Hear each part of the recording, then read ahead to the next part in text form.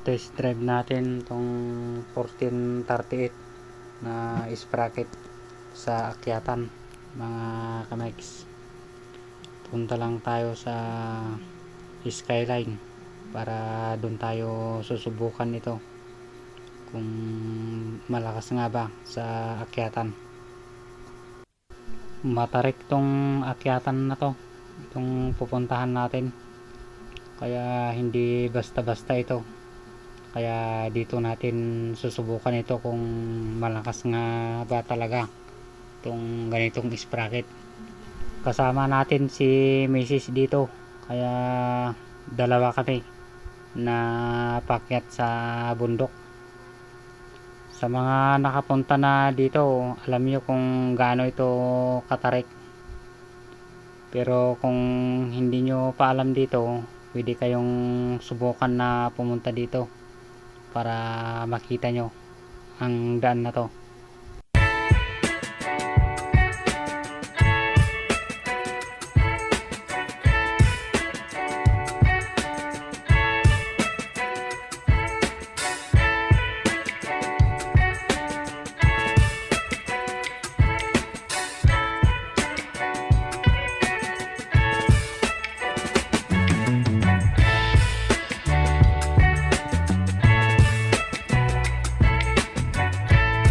Ang ganda ng view dito mga kamex. Talagang bundok dito.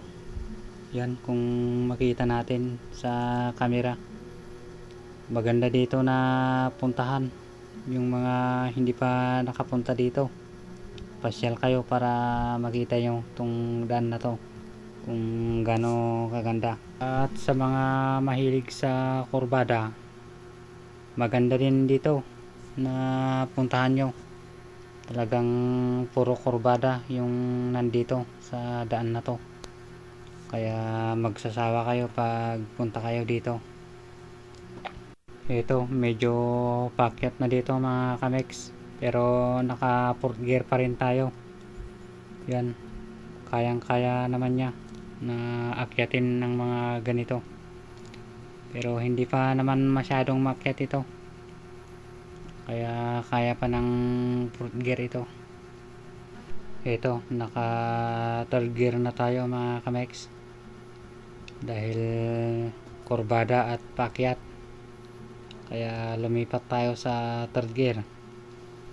Hanggang dito akyat pa rin ito, naka 3rd gear pa rin.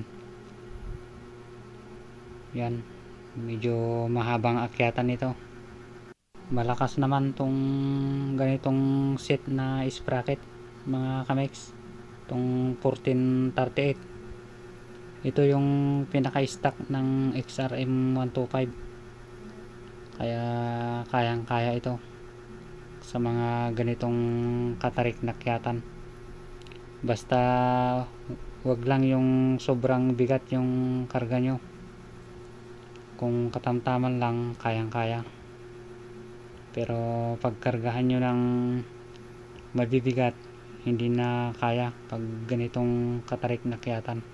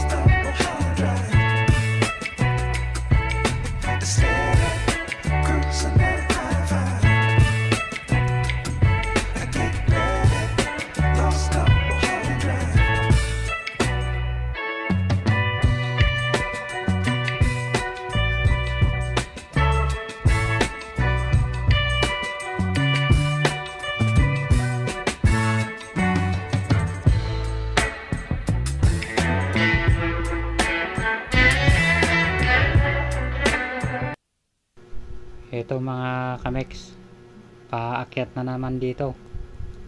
Yan, medyo matarik na dito, kaya naka second gear na tayo. Yan,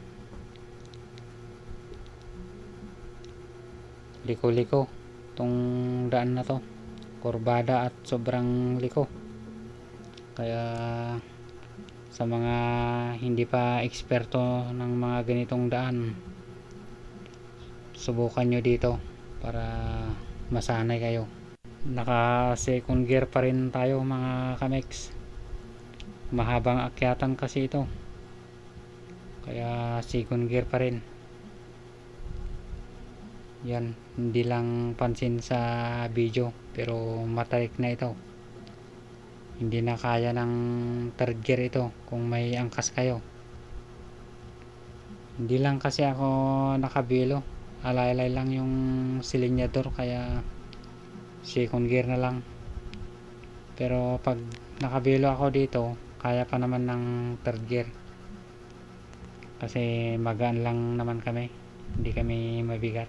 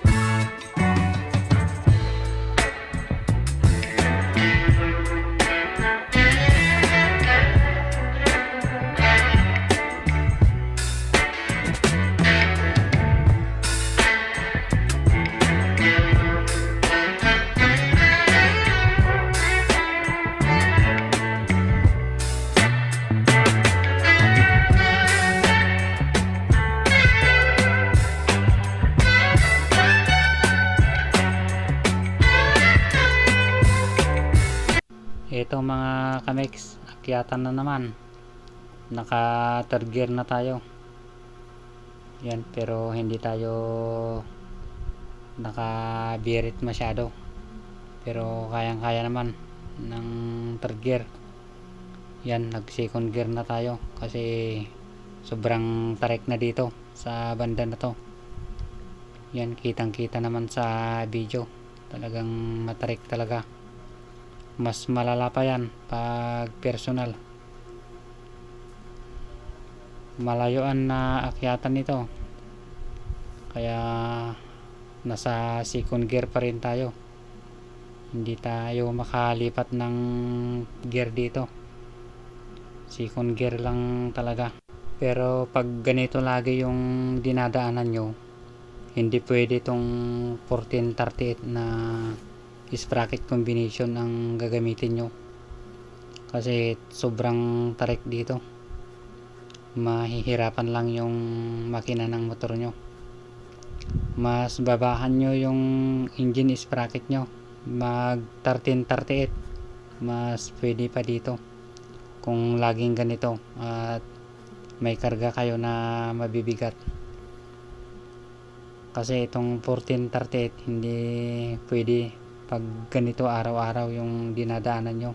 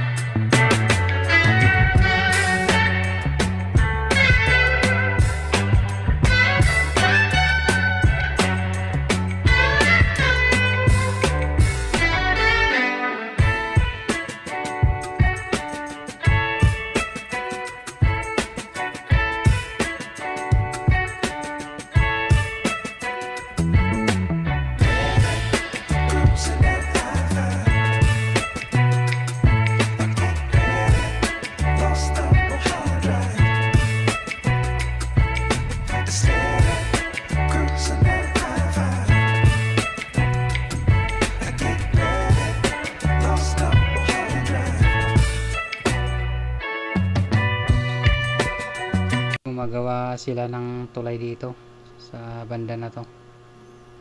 Ito, medyo malapit na tayo sa sobrang tarik na akyatan mga kamex.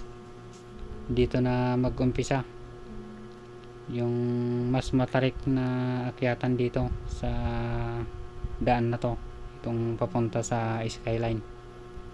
Dito na, naka second gear pa rin tayo dito sa baba. Honda Click yung pinauna natin na dalawa.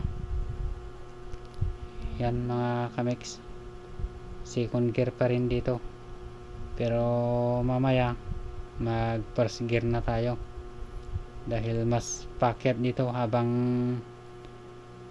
papalayo tayo ay lalong umaakyat. Ito, naka first gear na tayo, sobrang tarik na ito, pero sa video hindi masyado halata. Kapag mag-isa lang ako dito mga kamex, kayang kaya ito ng second gear, basta pigahin ko lang ng bagya itong silinyador, kayang kaya. Kahit third gear kaya pa siguro, pero pag may angkas ka talagang hindi ka kayanin ng second gear dito sa banda dito. Sobrang akyat na dito sa parte na to, kurbada pa mga kamex, kaya hindi ka makapagpatakbo ng mabilis dito. Mga 60, 50 ganun lang yung patakbo mo dito. Kahit naka Honda Click ka, hindi ka makapatakbo ng 80 dito or 70. Yan mga kamex, matarik pa dito, mahaba to na akyatan. Yan, hanggang dito maakyat pa rin, pero malapit na tayo dito sa patag mga kamex. Yan, hindi na masyadong maakyat dito, medyo slight na yung akyatan dito. Hanggang dito na lang tayo mga kamex. Yan, dito na tayo sa taas ng bundok. Ang ganda dito sa taas ng bundok mga kamex. Tanaw mo yung mga kabahayan doon sa baba, kitang kita talaga dahil mataas ito.